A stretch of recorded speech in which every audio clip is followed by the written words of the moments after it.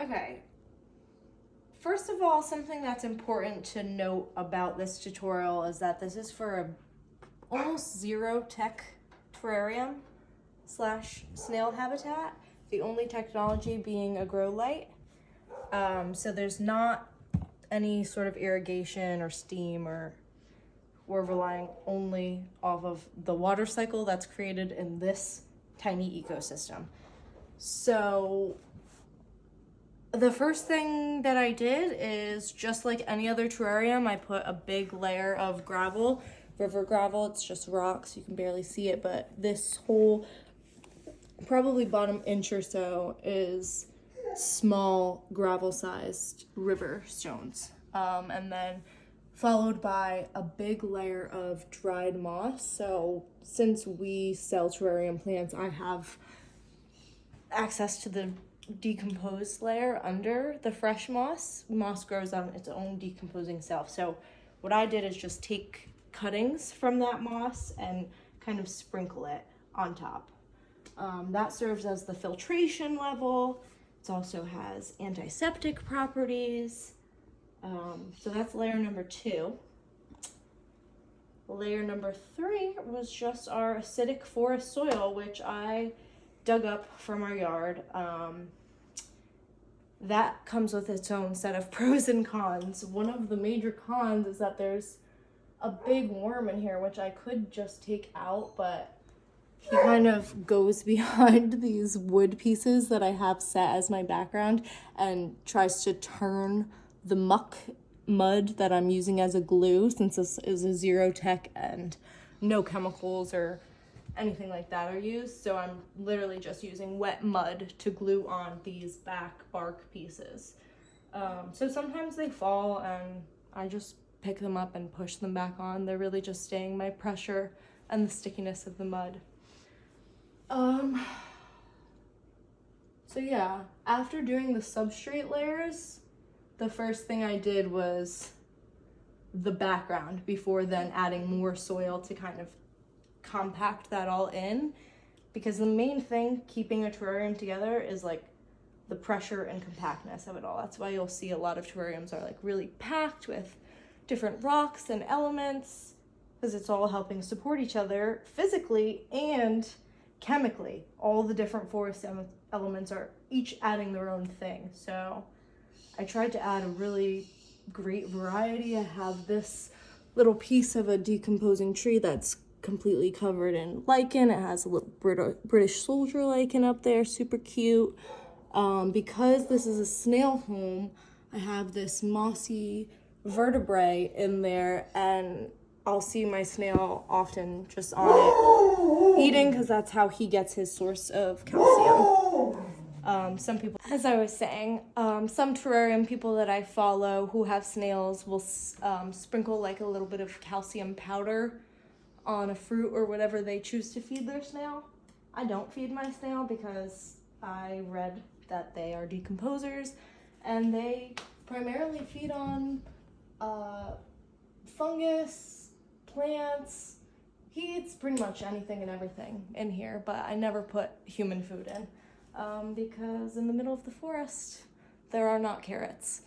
I actually did just put in my first blackberry today because I'm so curious to see if anyone will even go near it. Nobody has ever touched fruit that I've put in here, so I feel like they have everything they need. Anyway, back to the structure. These are just rounded stones I collected for the stairway, and they're all just sort of wedged in there. Nothing is that incredibly structurally sound because the critters that are in here weigh almost nothing, and the way their bodies move basically defies gravity, so nothing really gets that messed up except for the back pieces fall sometimes when the worm goes back there. So as far as what plants to include, I included, this is a totally native terrarium, so in the Pennsylvania forest, some of the most common edible plants are tea berry, which are these guys over here on the walkway, and then partridge berry, which is actually a ground creeper, but I have it kind of draping because it will just reroot. So aesthetically, I have that draping along the back.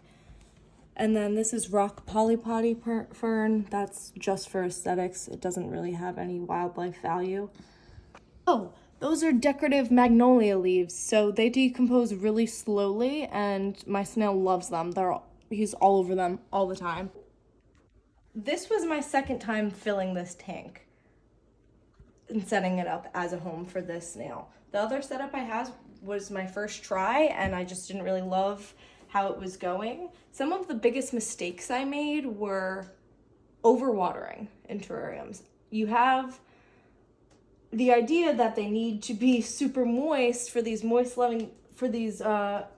humidity loving plants, but this water is never leaving the tank. This is the whole water cycle. So if you're putting too much water in, everything's getting soggy, there's mold, there's outbreaks, there's fungus, things get real wonky real fast. So if you're having a lot of problems with mold, the first advice I would give is leave it open for a couple hours, let it kind of air out, and then try again and see if then the water levels are looking better. If you're having full condensation over everywhere, it's probably too much water. Like, I wanted to make a pond for this terrarium, but what I didn't realize was when I filled the pond with water, because this is a zero tech terrarium, that water was just also evaporating and completely throwing off the water levels. So now the snail he just has all the water droplets that bead up on the side, which is plenty of water for a little fella that small. Another crucial mistake. Oh, I used gardening soil on my last one. I can't believe I did that. These are all acidic loving plants. So if you're gonna just be using soil that's to grow vegetables, that's a very different pH. It has all different elements in it.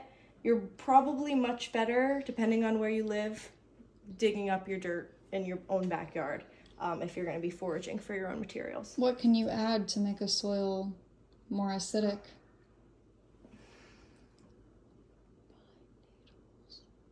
Forest findings, such as pine needles and pine cones.